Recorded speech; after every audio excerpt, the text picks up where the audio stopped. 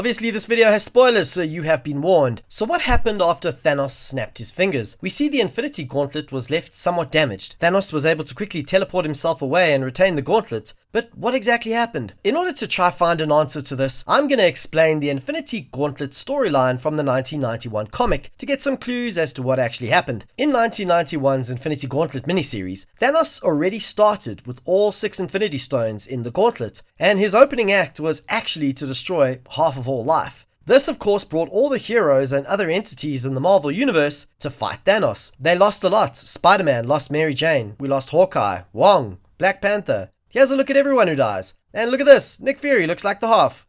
No, you just killed my life model decoy.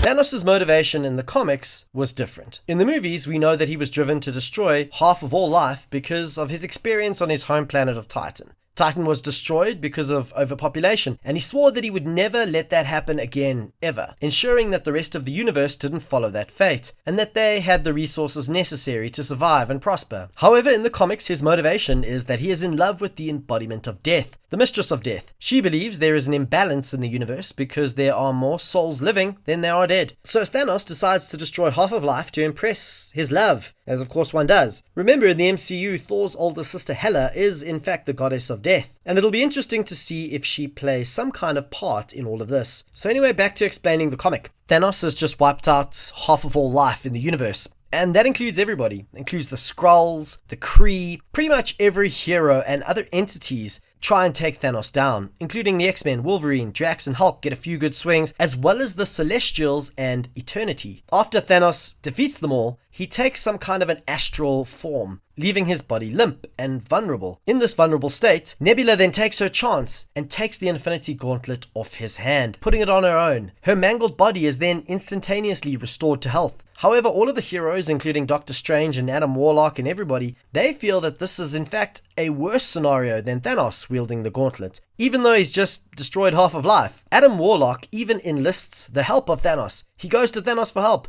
and he explains to Thanos that he actually knows him better than anybody else does, because he was in the Soul Stone, and the Soul World within the Soul Stone, which gave him access to Thanos' thoughts and the intents of his heart. This leads him to convince Thanos to actually help him and the other heroes to get the Infinity Gauntlet off of Nebula. But Nebula is able to wield the Infinity Gauntlet just long enough to will everything to be as it were 24 hours ago, except the fact that she still has the gauntlet. So Nebula essentially turns back time and brings everything back to the way it was, brings everybody back to life. However, Nebula is still a threat. Adam Warlock then once again enters the Soul World with Norrin Rad, the Silver Surfer. He finds that within the Soul World he's more powerful, and he is in fact able to call out to the other Infinity Stones and to disrupt and short-circuit somehow the Infinity Gauntlet for a short time. This leads Nebula to throw the Infinity Gauntlet off, leading Adam Warlock to pick it up and to wield it himself. But the important part is that Adam Warlock, who was in the Soul World,